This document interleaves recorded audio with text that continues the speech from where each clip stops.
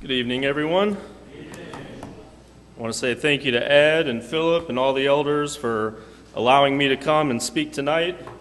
I appreciate the introduction. My name is John Sciano. I'm a member of the Palm Harbor Church of Christ, and I've been involved with the camp, like Philip said. I was a camper there starting at the age of 8 and went on through high school, probably my senior year.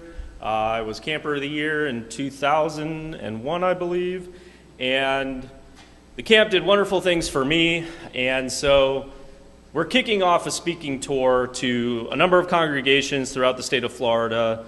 Todd came out this morning and spoke to Palm Harbor, and we appreciate what the message that he brought.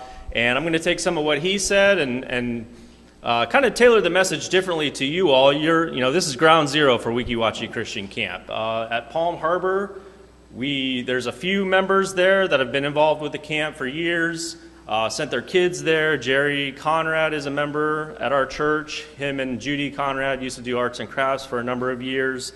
And so the message here is a little bit differently than we would take to other congregations. A lot of the members this morning came up to me and Todd afterwards and said they had never even heard of the camp or known anything about it. I could say that's my fault, but we've been promoting the camp heavily. We had a Sweethearts Dinner back in February. We raised $500 for the camp, so we were really proud about that. And we're just we've been making a lot of changes in our congregation, and we are shifting focus on Weeki Wachee Christian Camp and how we can further the works there. So that's why we're here today. Many of the men in this congregation, guys that are my age, we all grew up at the camp. And this whole thing started about 3 years ago. Todd, Mike Grimmer, Timmy Martin, Chad Nash were all sitting at the boys' pavilion.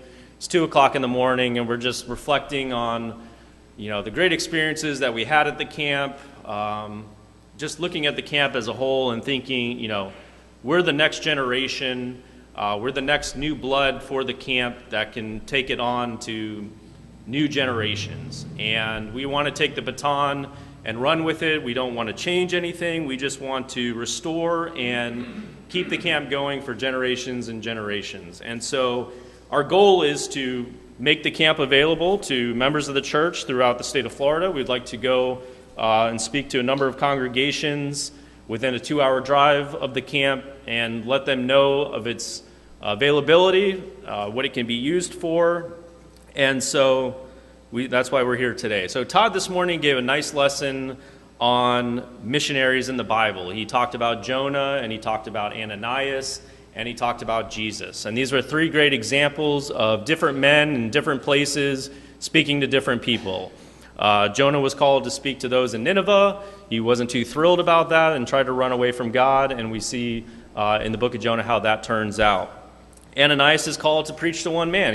He's called to preach to Saul, who would later turn into Paul, who one of the most founding men of our church, planting churches all throughout Europe and Asia Minor, and then, of course, Jesus, who came to seek the lost and save the world. And so I would add Paul to that list moving forward for all the mission works that he has done. And so that's kind of the focus of today's message. The word mission, like Todd said this morning, typically we use Webster's, but in 2018 we're using Google. And the Google definition of a mission is an important assignment carried out for political, religious, or commercial purposes, typically involving travel. Now, yes, missionary work may involve travel. We can travel to Africa and we can plant churches there. But we have an opportunity right in our own backyard. And we want to talk about the mission work that's being done at Weeki Wachee Christian Camp. It's a short drive, about an hour and 20 minutes from here. Was about 55 miles from here? 55 miles from here, right up the US 19, take you right up there. And there's a ton of great works that are being done there. I am a testament to that camp, and I'll kind of get into that here in a little bit. But first and foremost, we all start just where Paul started and as Jesus commanded us with the great commandment. In Matthew chapter 28, verses 19 and 20, Jesus tells us, "Go therefore and make disciples of all nations, baptizing them in the name of the Father and of the Son and of the Holy Spirit, teaching them to observe all things that I have commanded you. And lo, I am with you always, even to the end of age. Amen. So that's where we start off, right there. And Jesus commands us to go out and to seek the lost and to save them. We are to preach the gospel of Jesus Christ. We are to baptize them with immersion, and we are to teach them how to live faithful lives walking in the light. There's a number of other things that the Bible instructs us to do. One is seen in James chapter 5, verses 19 and 20, which is talking about bringing back an erring one. Verse 19 says, "Brethren, if anyone among you wanders from the truth, and someone turns him back, let him know that he who turns a sinner from the error of his way will save a soul from death and cover a multitude of sins." So we're taught to not only preach the gospel, but to bring those back who may be slipping or falling away from God. Then in Hebrews and Acts, we learn that we must teach and exhort each other. In Hebrews chapter 3, verses 12 through 13, it says, "Beware, brethren, lest there be in any of you an evil heart of unbelief in departing from the living God, but exhort one another daily while it is called today, lest any of you be hardened through the deceitfulness of sin." And then in Acts chapter 14, verse 22, "Strengthening the souls of the disciples, exhorting them to continue in the faith, and saying, we must through many tribulations enter the kingdom of God." So the Bible commands us to do numerous things, to teach, to exhort, to bring back those that are lost. And I am here tonight to personally thank this congregation and the works that it's done, to commend you for what you have done with Weeki Wachee Christian Camp, and to exhort you to continue on the works that are being done there. I stand here tonight as a living example of what that camp, of the works that you have done, and I would not be the man I am today if it wasn't for Weeki Wachee Christian Camp. I can stand here proudly and say that. The camp is following those biblical instructions and helping to develop the future Christians and future churches, and it's doing it on so many different levels, from a scriptural standpoint as for also a societal standpoint, and I want to get into some of those things. So this group that we formed to help increase the congregations that know of the camp, and just marketing and different things. We're working on so many different things to market to other congregations so that they can come utilize the camp, as well as reaching out for donations and grants and all types of different things. There's been a lot of work going on behind the scenes. And so while I've been doing all this research, I came across a blog, and I thought it was very interesting. And as I'm reading through it, they point out a couple different points that ring true for me personally, and I think for Weeki Wachee Christian Camp. So I'd like to read some excerpts of this blog and kind of put my own 2 cents to it as well. So the first thing was controlled independence. Camp is a great opportunity to learn a little independence, but still have plenty of adult supervision. Mom isn't hovering about, nagging, reminding them to brush their teeth and make their bed, but it's not a free-for-all either. Kids learn responsibility and independence by keeping their bunks tidy, keeping their clothes together, and being ready on time, all under the supervision of adult leaders. Weeki Wachee Christian Camp is not only preaching the gospel of Jesus Christ, it is also teaching kids and adults as well how to be responsible in society, how to function, how to do certain things, how to work in as a teamwork. Every morning before we leave the cabins, we do cabin cleaning, and the whole idea is to make sure the cabin meets in its inspection, and the cabin that is the cleanest at the end gets to eat lunch first and dinner first, and that's a huge deal, and you don't want to be the kid that didn't sweep up the dust bunnies under your bunk and causing everyone to not eat lunch first. So you're there to learn about God first, but we are also instilling work ethic and how to perform as a team, and how to be responsible for making your bed and cleaning up after yourself and things like that. It's a lot of the kids' first experience away from home, and it can be a little intimidating. That first day at camp, you'll get a couple of kids that want to go home, and you say, okay, well, let's give it one more day and see what happens. The next day you go out there and you ask them, you still want to call your mom and pick you up? Oh, no, I'm having a great time. So it's that first taste of independence. I was scared the first time I went to camp. You know, when I first moved here, we moved here in Florida when I was about 8 years old, and Jerry Conrad and Judy Conrad took us out to lunch and told us about camp, and, you know, this was probably in October, so I had a whole 7 months before we were going to go, and I was so excited, and then like 2 nights beforehand, I am like, I don't want to go to camp. No way am I going out there by myself. And then I never looked back. Once I was there, it was one of the greatest experiences of my life. I would look forward to it all year round, leading up to camp, and I know a lot of the kids do the same today. So it's the first time that little bit of freedom that we feel while learning responsibility. It's a wonderful thing that a lot of kids don't get to experience, and it's just one of the things that stood out to me that, you know, is one of the great aspects of camp. The second thing is positive role models. In a world today where we're surrounded by, you know, terrible things on television, and kids are looking up to musicians and athletes and Hollywood and all these things with their questionable ethics and morals, you know, those are today's role models. Well, you know, it's the role models that they see at camp and interact with that are so important. While at camp, the rec staff to the leadership staff to fellow campers, kids are surrounded by godly role models who encourage each other in their relationship with God. Again, here's where you helped me. You know, my father's a good man. He, you know, by secular terms, he doesn't drink. He doesn't do these bad things. You know, he raised me to know right and wrong, to be a good man, while at the same time I wouldn't call him, you know, a faithful Christian. The flip side of that was the times that I was at camp, the experiences while I was at camp, there was plenty of male role models and women role models for me to interact with and to observe and to see how they spoke and they acted and the things that they would do. And so, you know, the men that taught me these things were Jerry Conrad, were Philip Martin, were Glenn Duncan, Dennis Folks. The list goes on. Tim Martin.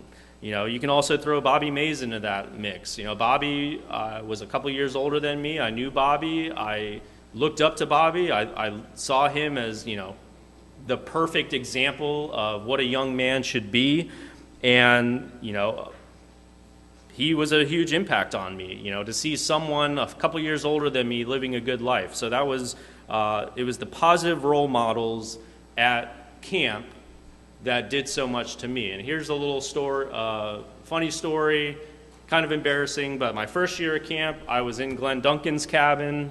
You know, here we told scary stories and all these different things, and, you know, so every year I wanted to be in Glenn's cabin. Well, every year I was in Philip Martin's cabin, and I've later found out that Philip would specifically pick me for his cabin, and every year I'd be like, oh, I'm in Philip's cabin again, now I gotta, you know, we're going to stick by the rules and go to bed on time and all these different things. And I'm like, oh, Philip Martin. Okay, here we go. So now as an adult and as a man, and I talk to Philip, you know, now I know why he was a stickler for the rules. Philip's done every single thing you possibly could ever get away with, and there's no way that anyone else was going to get away with it. So, you know, one of my greatest things, or one of the things I love the most is, you know, growing up as a kid and looking up to these men, and now being as a man myself and an adult, and, you know, speaking to them and you know, about life just in general, our daily lives, you know, work and things like that. It's such a great, you know, full circle for me to come back and have these men still in my life and to look up to them and to speak to them as men. You know, the other thing that this blog mentioned was camp is fun. I'll be the first person to tell you, I wasn't at Weeki Christian Camp for the Bible classes. I'll be the first person to tell you, I was there to swim in the river, I was there to play sports, I was there to do arts and crafts, you know, I was there to have fun. I would be wiped out on Saturday morning. When my parents would pick me up, I'd sleep the whole way home, we'd eat lunch, and I'd sleep the rest of the day. I was there to have fun, but while I was there having fun, I was fully immersed in God's Word. From the time I woke up till the time I went to sleep, something was being preached to me, something was being taught to me, whether it be the Bible or a life lesson or anything like that. I was separated from the world and surrounded by those who loved God. And so, yes, camp is fun.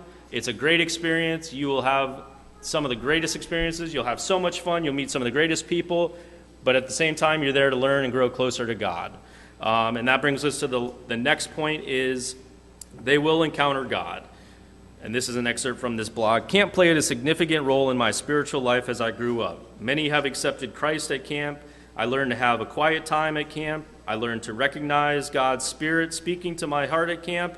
I learned to work out my faith at camp. At some point, your child will choose to either make your faith their own or reject it entirely. You can't make that choice for them, but you can give them the opportunities along the way. A Bible-believing camp is the perfect opportunity for your kids to step into their own relationship with God. For a few days, they are not distracted by home life, sibling squabbles, or pressure from school. It is just them and God. And Todd used that word this morning, opportunities. It's all about the opportunities that we can give others. We're talking about kids here tonight at the camp, but that camp is used for so much more. It's used for men's retreats, for couples retreats, for women's retreats, for teen retreats, just a day at the river. It can be used for so many different things. And so in today's fast-paced world, we're racing from place to place. We're, always got to be on our phone, knowing what everyone else is doing. Camp is what really puts the brakes on that and lets you separate yourself from the world, get away from things, and really focus on what you're learning and what you're doing. I think it's, we talked about a marketing campaign or something like that with the title, Unplugged. To really unplug yourself from society, from electronics, from the internet, all these different things that are really causing just distractions. How can you really focus on your salvation and the important things in our lives when we're so distracted by everything else that's going on? So one of my favorite things about camp, and it's the fact that you can unplug. Unless you have AT&T, I think you have terrible service up in camp, whether you like it or not. And you won't know what's going on in the world. You will just be knowing what's going on at camp. And I think it's a great opportunity for kids to reset themselves, to reset their focus. I know we put on teen retreats at certain times of the year, which just happen to be perfect times, when they're starting school or they've just been in school for a couple weeks, getting back to those friends that may not be influencing the right things. Here's a chance to unplug and reset yourself and put your sight back where it needs to be. So they'll encounter God. It's the Bible tells us if we look around nature, we can see God all around us. And you can definitely do that at Weeki Wachee Christian Camp. It's one of the most beautiful properties. We have 30-plus acres, 300 feet of shoreline on the Weeki Wachee River. If you haven't been there, I highly encourage you to go. It takes just going up once and staying there, or even going up for the day during camp and just seeing what goes on there is enough to give you the bug and want to spend as much time up there as possible. It's wonderful. One time I recall I'm walking back to the cabins, and there's about 100 kids walking under a tree canopy all singing Victory in Jesus. It was just the most beautiful thing. I get goosebumps thinking about it right now. It was just, when I was young, I was like, oh, singing's good or whatever. But now when I sit here and listen to kids and hear them sing and leading in prayers and all these different things, it's fantastic. It's absolutely beautiful to see and witness and to be a part of.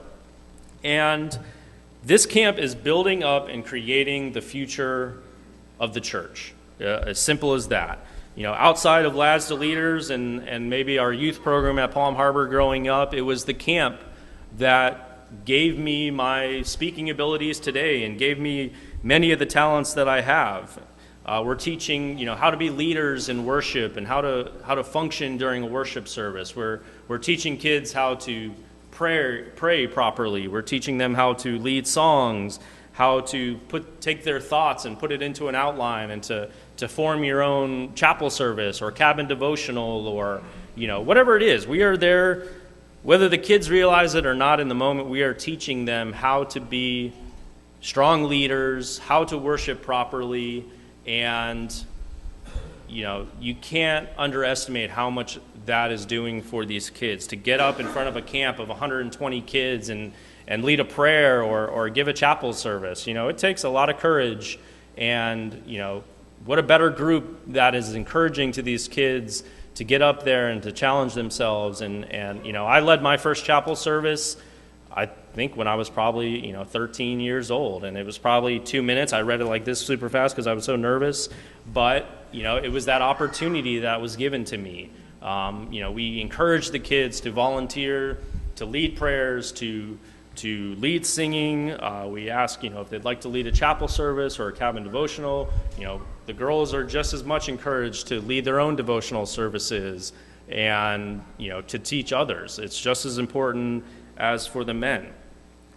About me personally, I'm a living testament of that camp. I grew up in the Church of Christ. I knew what was right. I knew what was wrong. I went to camp every year for the week that Pinellas Park put on. We didn't really have too many teen retreats there when I was going, or if there was, I wasn't aware of it. But I am the testament to that camp. As I got older and into college, I stopped going to church. I wasn't really, faithful as a Christian. I got into all kinds of things that I shouldn't have. I started questioning God, and who's to say there is a God, or there's one God, or our Christianity is true, or the one true faith, and so I got into a lot of things that I shouldn't have, and I hit my rock bottom, and I was seeking to redeem myself or to come back, and it just so happens that a few months after I decided I needed to come back and started studying again and really going to worship was a week at camp. And so I went up there for a week. I was fortunate at the time that I was able to take a whole week off and go up there and just step away from the world for a week, and it was one of the best experiences for me personally. It was what helped me come back and be the Christian that I am today. It's awesome. I mean, I still get just as much out of going to camp as the kids do. The last few years I've been going, unfortunately, my job and career have gotten in the way of where I can't take a whole week off. I try to stay there during the week and go back and forth to work and take the last couple of days off. But I just get so much out of it. There was one year I was there, and I think we had a teen retreat, and then there was the week of camp and something else. I was up there for 2 weeks almost straight, and I left there with such a spiritual high, if you want to call it that. I couldn't explain it. I was just so full of joy and happiness and peace, and I was telling my friend, man, I'm just like, I can't explain it. I'm feeling like on top of the world right now. I can't explain it. And they're like, oh, that's a spiritual high, And that was really my first experience, and it was being at camp. It was being around those role models and seeing the kids, what they're learning, and just stepping away from the world for that moment that really brought some peace and joy and happiness to me. And so that's what's motivated me to continue on the works and to try to grow the camp and to grow its youth, its use, spread it to other congregations. I mean, we have a gem. This congregation completely understands, what we have up there. And unfortunately, I was talking to a congregation down in Bradenton area, and they're like, oh, yeah, we go to North Florida Bible Camp. It's up in the middle of the state, 5 hours away. I'm like, you literally drive past Weeki Wachee to go to your Bible camp. I said, I'm not telling you to not go to North Florida Bible Camp. I'm just telling you there's another camp halfway up there that you can utilize. Use it for your own teen retreats or something like that. We're not trying to get everyone at the Pinellas Park week of camp. We want to spread the word to use the camp. Whether you're a camper and you want to pitch a tent up there for a couple days, or an RV, we've got full hookups up there.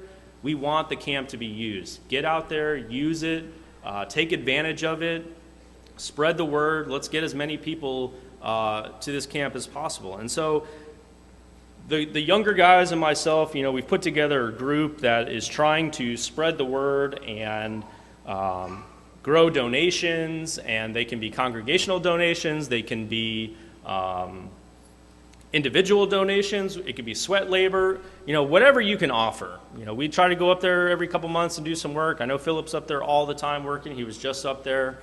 Glenn's up there. If you can maybe contribute financially, we all understand.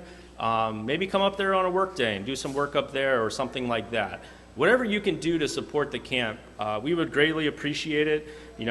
It's 2008 and everything is online and banks, and I pay all my bills online. I don't have to mess with it. It's secure. I don't have to worry about it. Well, we've created a way. I'm going to go through this slideshow real quick if I can figure out how to. Okay. So back to the missions. We spoke earlier, what our mission is, to go out and to preach, to seek the lost. Well, the camp itself has a mission. And the mission of the camp is to make a positive impact on today's Christians and grow the Lord's church by providing a beautiful natural retreat site that is used for Christian fellowship and spiritual growth. How many people here this morning have never been to Weeki Wachee Christian Camp? You better repent, Baker. I know you've been there. So, in case you weren't aware, and I'll just give a little bit of brief history here. Todd Monahan was nice enough to put together this presentation slideshow, so I'll use it. And basically, Weeki Wachee Christian Camp is owned, operated, and managed by Christian Activities. The camp was purchased in 1970 by a number of members of this congregation as well as a few others. The camp was actually built in the 40s by the CCC, the Civilian Conservation Corps, in the 1940s. That was one of FDR's pet projects during the New Deal to try to bring kids out of poverty with construction jobs and camps and things like that all over the country. Last weekend I was camping down in Sebring, Florida, and they actually have a museum about the CCC, so I learned quite a bit of things. So the camp is wholly owned and operated by members of the Church of Christ. There's about 5 different congregations throughout the state that are heavily involved. We're trying to get some other congregations involved as well. Bartow Church of Christ, Auburndale Church of Christ, Orange Street Church of Christ, Pinellas Park, Palm Harbor are the main congregations that are involved. But we want to spread the word. So at the camp, I guess I need glasses. Weeki Wachee Rivers in Hernando County. We have 300 feet of shoreline, about 40 acres. We have 12 camper cabins, each with a capacity of 20, so we can fit about 200 campers on site. We have 2 family cabins as well. That capacity, normally is like 5 or 6, but you could probably fit 10 in there. We've got 4 picnic pavilions. We've got a full dining facility, commercial kitchen with a chapel attached to it. We have a multi-purpose building. Here's a picture of the river. This is one of the premier spots to swim. The river is from a natural spring. It's always 72 degrees, and it is a perfect break from 90-degree weather in the summer. You go down there and you swim for a couple hours, and it's awesome. We're in proximity to Tampa. It's right up near Brooksville. I can't see the mileage on there. I'll let you. We have activities. These are the things that really brought me to camp. We have a softball field. We have a full field that can be used for flag football, ultimate frisbee, soccer, a number of different things, relay races and activities. We've got a volleyball court, full basketball court, a gaga ball kit, gaga ball pit, swimming, 2 playgrounds, and you can fish, you can canoe and kayak. It's just an absolute wonderful place with lots of things to do. Most importantly, learn about God. Baptisms, that's what we are here on this earth to do. We are to bring new Christians to Christ. We are to preach them the gospel, and we are to baptize them through immersion. I would say typically in a week of camp, we have 2 to 4 baptisms regularly. We don't just throw them in the water because they feel like they want to get baptized. We make sure that they are ready and know what they're doing. We will sit down, we will study with them. We know that kids get caught up in the hype and the excitement. Oh, Susie got baptized, and look how much attention she's getting and these things. But we want to make sure that they know exactly what they're doing, and we want to help them along that path. So we experience quite a few baptisms. We have Bible classes. Your typical day, you will have a chapel service in the morning. You'll break out into your age group for a Bible class for a couple hours. Then you'll have some free time. You'll typically do another Devo before swimming. You'll do a cabin Devo at some point, and there'll be another chapel service. So your whole day is surrounded and revolves around God's Word. Here's a couple of extra pictures of activities. So the purpose of today's message, and I'm not trying to do whole sales pitch on you, but we do need some help at the camp. The camp is quite a few years old, and it's starting to see its age, and so there's work that needs to be done, and there's quite a bit of work to be done.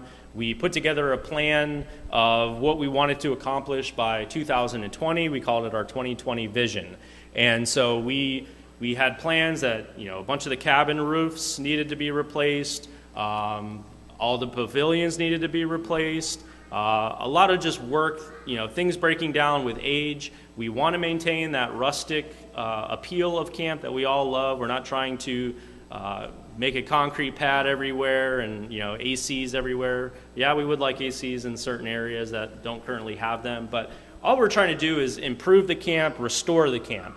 And that's why we're speaking to you today, and we're going to be reaching out to other congregations because we're trying to get support, whether it's financially, whether it's through labor, or just general use of the camp. I was informed this morning that there is a need right at this moment prior to camp starting, and I'll get into that in a minute here. But so we have this plan that we're trying to restore the camp. There's things that must be done that cannot wait. The week of camp for Pinellas Park is quickly approaching, and there's a couple pending things that need to be done immediately, and so we'll get into possibly helping with that. So as of last year, the beginning of 2017, or middle of 2017, we got 501(c) status. So now Christian Activities, the group that manages and operates Weeki Wachee Christian Camp, is now a charitable organization. So anything that you do donate, it can help you for tax purposes. But we wanted to get that status because as we reach out to other groups to try to get some help with the camp, we thought that status would help us in furthering the works that we are doing at the camp. So we are a charitable organization now, and we have a number of different ways that you can contribute. We've got an online system through PayPal that you can log in and you can donate, or you can make a one-time donation, anything like that. We have a scholarship program. We sell bricks. We're going to have sponsorships of cabins. But this is the one thing that we're pretty excited about, and I've got a little handout that we will be handing out if you're interested. There's a number of different levels of commitments and contributions. Now, at the moment, I was informed this morning that there is a boys' cabin. Is it just one cabin or two? One boys' cabin. One boys' cabin right now that has a couple large trees that are leaning on the roof, and the roof has to be restored or redone before the week of camp. We do not have enough boys' cabins for the number of boys that we will be having at camp, so there is an immediate need right now for funds that can help out with that particular work that needs to be done. The list goes on. We've been working throughout the last couple of years to restore a lot of things, but it seems like once you fix one thing, there's something else that needs to be done. We've put new water heaters in some of the bathhouses. We've done some painting and some cleaning, but that is one need. There is a boys' cabin roof that needs work immediately, and we are a little short on it. So we put together this commitment levels. You can go on the website, wwcc.camp is our website, and if you're available or you can, we would love to. I know this congregation does a ton for the camp, but we're just asking for a little bit more. All these, they seem like large amounts, but we can set them up monthly to make it a little easier for you. The first one is for $300 a year. That's $25 a month. You can set that up as a reoccurring donation. A number of the board members and those have set themselves up for that. That's $300. You'll receive a Weeki Wachee Christian Camp calendar magnet. The next level up, $600. That's $50 a month. That you'll get a Weeki Wachee Christian T-shirt, and they go up and up and up. There's a $1,200 camper level giving. If you do that, you'll get a full Weeki Wachee Christian Camp backpack, survival kit. We'll throw in some, a towel and some toiletries and things like that. Obviously these little gifts to you, don't pale in comparison to what you're giving the camp, but we just want to thank you for, the help that you are providing the camp that needs it so much. The levels go on to counselor level giving. That's $1,500 for the year. You'll receive a commemorative Bible, a study Bible. The 2x2 scholarship, we're excited about that. We took a little play on Noah's Ark and 2x2, and if you donate $2,500 in a year, we'll provide 2 scholarships for 2 campers for 2 years. So those scholarships can be given anonymously, or we can announce them at camp. There's the caretaker level for $5,000. You'll receive a golf package for 4, or a spa day for 4 for the ladies. I might even sign up for that. Sounds pretty good. I could use a good spa day. And then the heritage level is $10,000. And with $10,000 annual donation, we'll put your name, a family name, on a structure at camp. So these are just some ideas that we've thrown together to try to excite people and to be able to give back to something that gave so much to them. I can't thank you enough for all that this congregation has done for all these years, and we look forward to the future. You know, the younger folks that have grown up in the camp, like I said, we look at ourselves as the next generation. You know, I know Philip and Dennis and Tim and all them and Lois all went to that camp as kids, and then they've carried it on, and now we're their kids, and we are excited to continue on for the next generation. So back to the mission. We mentioned our mission as Christians, and we mentioned our mission as camp. I can honestly say that you are achieving that mission. You know, it has been years and years and years going on. You can look around this congregation and see the impacts that camp has done for its youth and for the leaders of this congregation. I myself at Palm Harbor, there's a number of young adults there that also grew up in the camp. And so I really appreciate you letting me come here and speak to you. We're excited about what's going on there. We're excited about the future. We look forward to what's going on over there. And I just want to thank you. I cannot thank you enough for what that camp has done to me or for me. And so I pray that each and every one of you will continue on the works that you're doing and will continue on in the support of the camp. And as I bring this brief message to a close, I just want to invite anyone here that hasn't followed the gospel of Jesus Christ, has not been baptized in immersion and saved. We can help you with that this evening. We would be glad to speak with you and baptize you into Christ. If you are a Christian and maybe you've been slipping or questioning things or struggling with some things, we can sit down with you and we can pray with you. I invite you all to stand and as we sing our invitation song.